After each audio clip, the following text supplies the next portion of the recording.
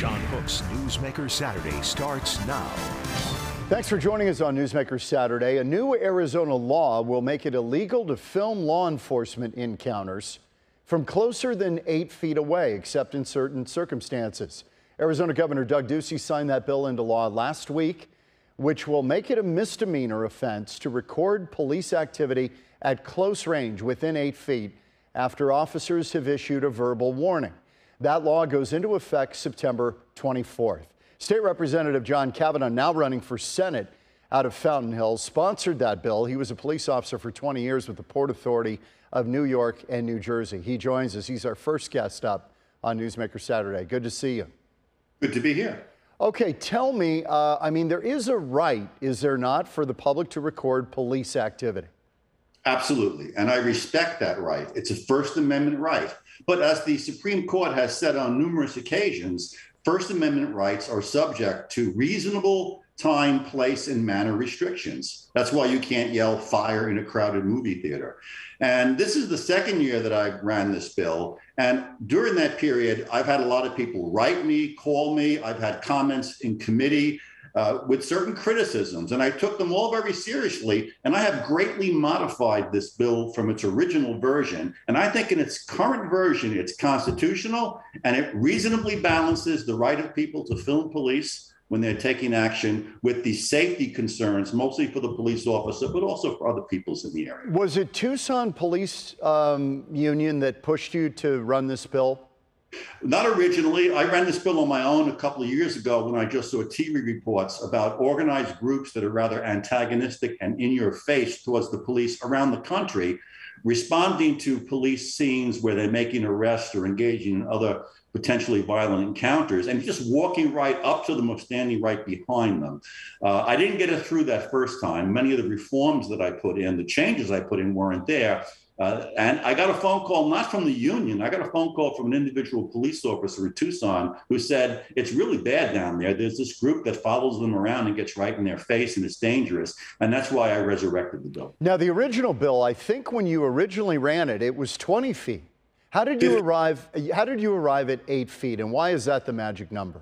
Yeah, the original distance was 15. And frankly, I still think 15 is reasonable. However, there were criticisms about the constitutionality of it. I did some research along with our staff lawyers, and we discovered that the U.S. Supreme Court, in another First Amendment case, the right of abortion protesters to protest at the entrances to clinics, that was a case involving them, and the U.S. Supreme Court said that an 8 feet buffer between the protesters and the entrance to the clinic did not violate the Constitution because it was reasonable. And I applied that to this situation.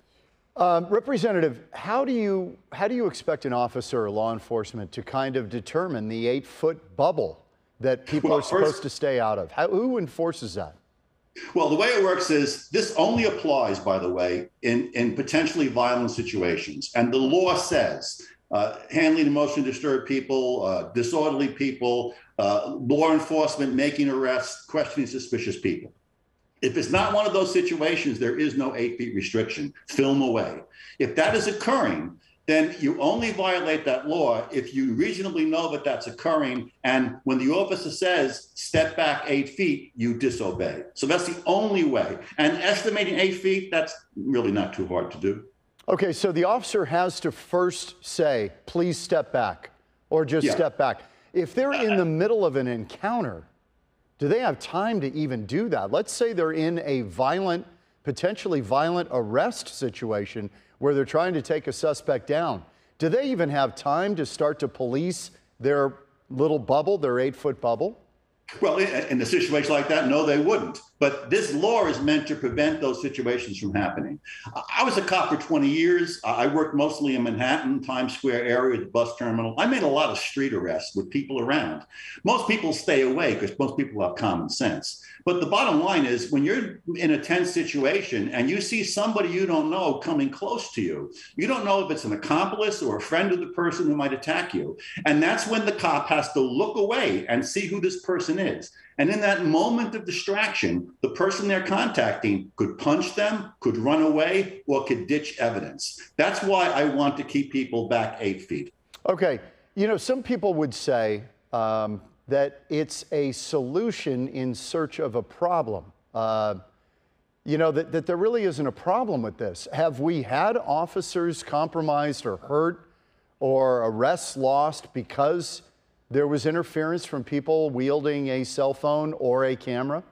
This person, although obviously not a cell phone or camera, because when I was a cop, we didn't have those cell phones. Well, we had cell phones, but they were like the size of shoe boxes. Right. I had a situation at Kennedy Airport when I was a rookie. I first got on the job, and I was arresting somebody who had gone through the security at one of the boarding gates, and we discovered a set of works, heroin needle and what have you, which is illegal. And I was in the process of arresting him. I had him up against the wall when I see this really big guy approaching me. And I was distracted, and I looked back, and I said, get back, get back. The person was really nice and stopped. But in the interim, and I didn't find out about this till the next day, the person I was arresting ditched a whole bunch of bags of heroin behind a nearby stand. Interestingly, by the way, the person who was approaching me was the rock singer Wilson Pickett, who was on his way to Las Vegas. And the guy I was arresting was his drummer. So I remember Wilson said, will this take long? And my sergeant was there, and he said 1 to 3 years. So, but Wilson Pickett was really nice. But it's a distraction, and I could have been assaulted during that time period. Okay, so well, I mean, this is why this program is interesting, because I don't know that you would have had the time to tell that story in any other form. That's interesting. All right, now you know the National Press Photographers Association, NPPA, they've come out against this. They think it's unconstitutional. Their general counsel said the bill violates not only the free speech and press clause of the First Amendment, it also runs counter to the clearly established right to photograph and record police officers performing their official duties in public places. Other people have signed on, the Associated Press and other news organizations. Are you worried you're going to run afoul of the First Amendment with this?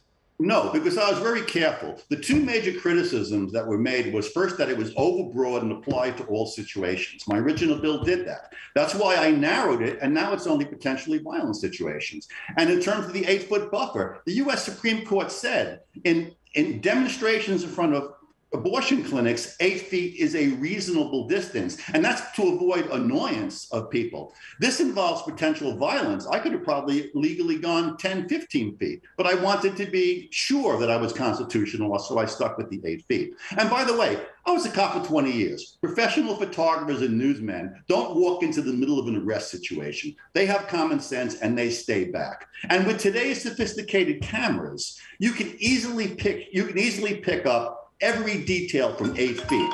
As a matter of fact, I would say that it's better to take a shot from 8 feet, and I think the photographers will agree with me, because from 8 feet, you get the entire scene, which gives you context. Now, and from 1 feet, you might just have a small part of one person's body. So frankly, I don't know why they're saying that, because they themselves don't do that dangerous stuff, and a slightly longer shot is a lot better. Okay, now the person who is subject to an arrest is not included in this, right? In other words, if I'm being stopped for a traffic stop and I want to videotape, well, take it on my camera.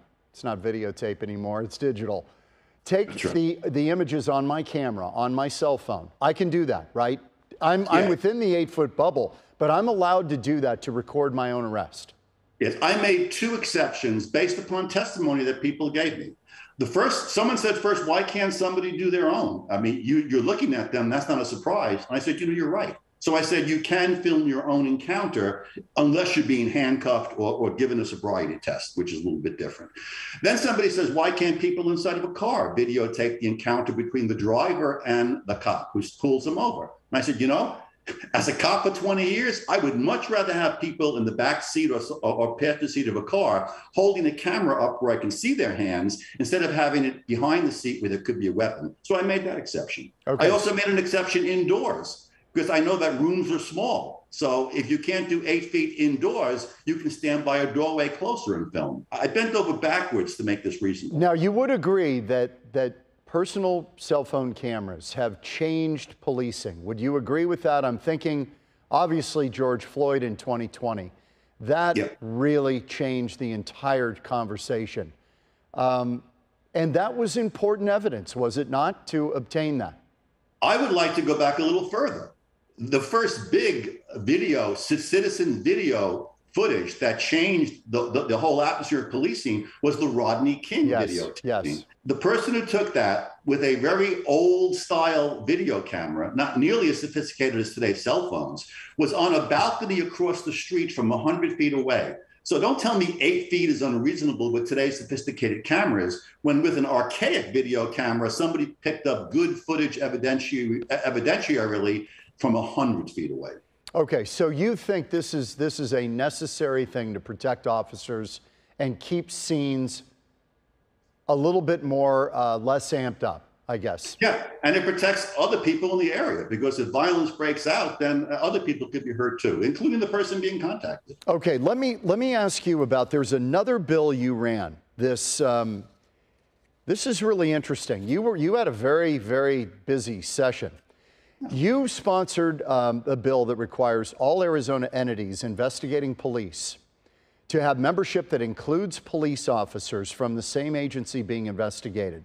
This is really a shot across the bow at what City of Phoenix is doing. You wanted to kind of gut that Citizens Review Board that you thought was becoming too anti-cop. Is that the long and short of it? Yeah, actually, I passed that bill last year. They wanted to have an all-citizen review board. And that's totally different from all the rest of our professional boards with state agencies, which usually have a majority of professional people and then maybe 15, 20% citizens, right? That's the standard occupationally, lawyers, chiropractors, doctors. But is that tip too far in favor of police? In other words, if you have a bunch of police on a board, why are they going to discipline police? We have the same problem right now with the physicians board, the licensing board, BOMAX. Too many physicians, and not enough discipline. Well, mine gives a balance. Mine says you can have a third citizens. Listen to what Phoenix did. Not only did it say this was a all-citizen board, right? They also said that if you were a cop, you can't be a member, or if a member of your immediate family is a cop, you can't be a member. The police saw the handwriting on the wall that this was going to be a biased board against police officers. And that's why I stepped in, and I was more generous than most of the professional boards. I gave them 1/3 citizens, because look, it's very difficult to judge doctors, lawyers, cops. You don't know the procedures. You haven't walked in their shoes. It's kind of unfair to have people come in, especially biased people, which what appears to be. Yeah, but we do that with juries all the time. We have people who are not experts, but they become experts as they learn the evidence. Well, that's true. But again, this is not a jury with a judge weighing what evidence gets admitted with all expert witnesses being called in. This is a professional discipline board. And this is not criminal, by the way. This is internal discipline. If it's a criminal case, it's the prosecutor who handles that. That's a good point. That is a good point. The governor signed it, by the way, and he comes from a family of cops, if I'm not mistaken. Yeah. By the way, let me tell you what I did. What I did this year was I had to add department. All these boards used to be voting boards, and Phoenix decided to get around, either by luck or design. When they set up theirs, they didn't call it a board that votes. They created a department that doesn't vote. And I didn't have that covered in my bill. So they were kind of getting that there was a loophole that they had created. So what happens now? Playing whack-a-mole and closing the loophole. What happens now? I mean, the ACLU and others have talked about what this may mean, and they've talked about your other bill about that. Will this end up in court, do you believe? I think my other filming bill will, and I actually hope so, because I think I made that so fair and reasonable that it can be a standard nationwide. What about this? What about the police review board? It's not going to court. There's nothing. Most police departments have all police review boards. So to say 1/3 is nothing that is unusual or outrageous. One more. Governor Ducey just signed what some are calling the most meaningful border security measure in state history, sponsored by you. Thank you. Targeted investments from fiscal year 2023. It's about $500 million to secure our border. Is this a state issue that the state can handle without getting in a big legal tussle with the feds that might just short circuit everything? Well, this is a federal issue that should be handled by the federal government, and the federal government has walked away And not only is the federal government not deterring illegal crossings, they seem to be welcoming them. And that is why we are stepping in to fill the void that the state has dropped the ball. And I look forward to the day when we have a president who will enforce our fair, reasonable immigration laws where we don't have to do this. But until that time, I'm protecting my constituents. Bottom line, what is it going to do? Quickly, we've got about 30 seconds. We'll be building border wall either on state land or on land that we have easements. Homeland Security people will decide that. There will be additional electronic surveillance, perhaps for more remote areas so we can do the border patrol. We're also going to be funding money for more police, more prosecutors, and more detention cells to lock people up that we apprehend. Okay. Representative John Kavanaugh, Fountain Hills, now running for state Senate. And coming up next is a guy I'm sure you have talked to quite a bit. Cochise County Sheriff Mark Daniels is my guest on the border crisis and some of this money now that will flow from the state to try to secure the border in absence of the federal government doing it. Mark Daniels joins us next on Newsmaker Saturday.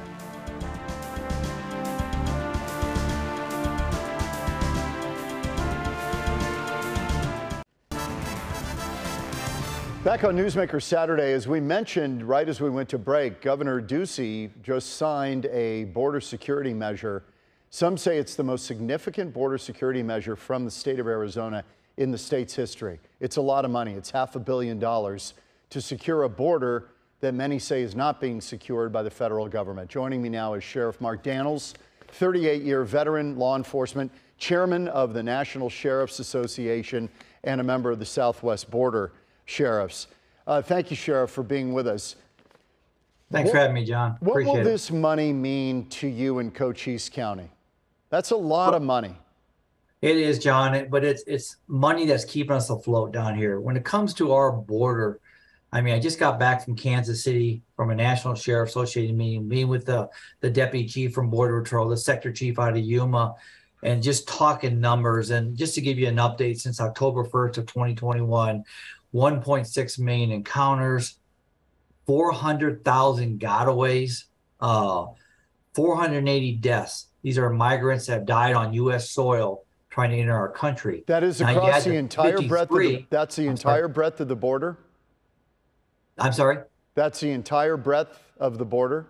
Yes, that's your entire southwest border. Then you had the 53 that Texas and the semi just passed away. You're pushing up to 550 migrant deaths since October 1st. That's staggering. Also, 157 countries have breached our border. And then you look at 16,300 search and rescue missions on the southwest border. Border Patrol's capacity is about 3,500 per day. Right now, they're seeing 7,500. And as they say, they're pushing up to 8,000 a day. So it's a real challenge on this border right now, no matter where you're at. I asked the question, is any county not being impacted? And the question was from the deputy chief was, all southwest border counties are being impacted right now. So it's a real challenge for our communities. So having that money from Governor Ducey and the state of Arizona is it's refreshing, let me say. Sheriff Daniels, we talked about this in the last program. President Obama, former President Obama, and his security, border security guys, Jay Johnson and all those guys, they considered it to be a crisis back then if there were 1,000 encounters on the border. We're at 8,000 a day. We were at 1,000 back then a day, and they considered that a crisis. What does that make 8,000 a day? Well, and that's the point. That's the story's not being told, John. And that's why I appreciate coming on your show. You know, numbers can be thrown all over the place. They truly can. But it's hard. Let's minimize that and say 7,000. Okay. That's still 6,000 more than Secretary Johnson stated back in the day. Secondary to that is, and I keep saying this, is when the leadership of Border Patrol, the experts of our border are saying it's complex. We're in trouble on our border. And they thank sheriffs, they thank law enforcement working collectively with them.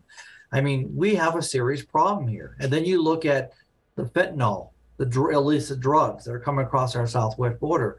This is an erosion of our quality of life as Americans that every American, set the politics aside, should be addressing and saying, let's fix this border on public safety, national security, and humanitarian, and let's quit ignoring it because of politics. Sheriff Daniels, you've got a job to do in your own county dealing with crime and traffic and whatever else is going on. How do you possibly have the resources to start getting into border enforcement? And is this something that sheriffs around the state can actually handle? Well, and that's the challenge. I mean, we're set up through our budgets to address local crimes.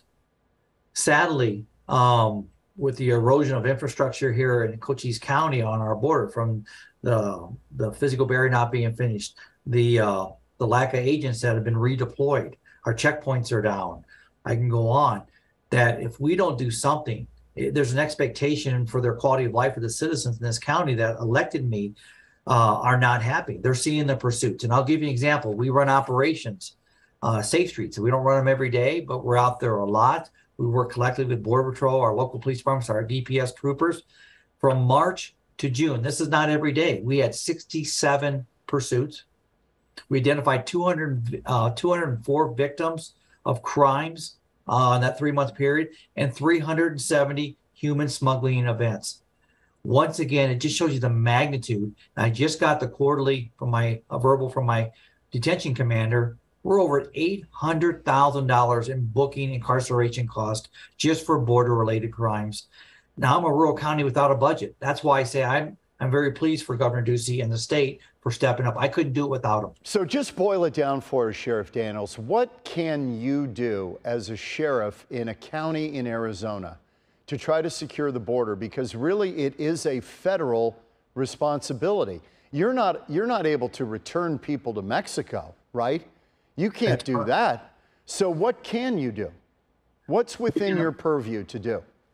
As a sheriff, I can enforce the rule of law under my state authority. And that's exactly what we're doing. We're enforcing the laws.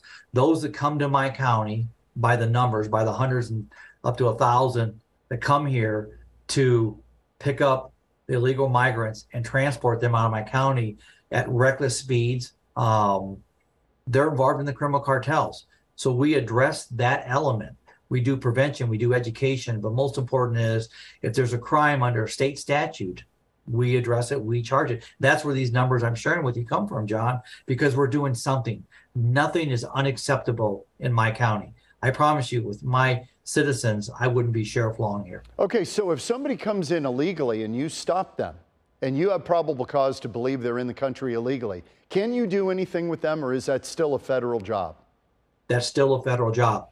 Under SB 1070, I still have a small sliver of authority. And that means if I suspect somebody's in the country illegally, I can hold them, call Border Patrol, immigration. If they say they're not coming, I lose my authority at that point because I have no more authority to hold them. I'm fortunate that I live in a one-tier county, which is right on the border, that we just have enough Border Patrol that they will come. We've been very fortunate, excluding a few exceptions, that they come and pick them up. We've got 30 seconds. There were 239,000 encounters along the southwest border in May. It was up from April. Usually this abates in the summer. You're not seeing that. We're not seeing that. And I'll say this, John, until President Biden, Secretary Mayorkas, Congress comes out and says, we're going to secure our border, here's the consequences, here's some action, we're going to enforce the rule of law, they're still going to come. Okay. Sheriff Mark Daniels, good to see you again. Sheriff of Cochise County, 38-year law enforcement veteran, thank you. And we're back in a minute on Newsmaker Saturday.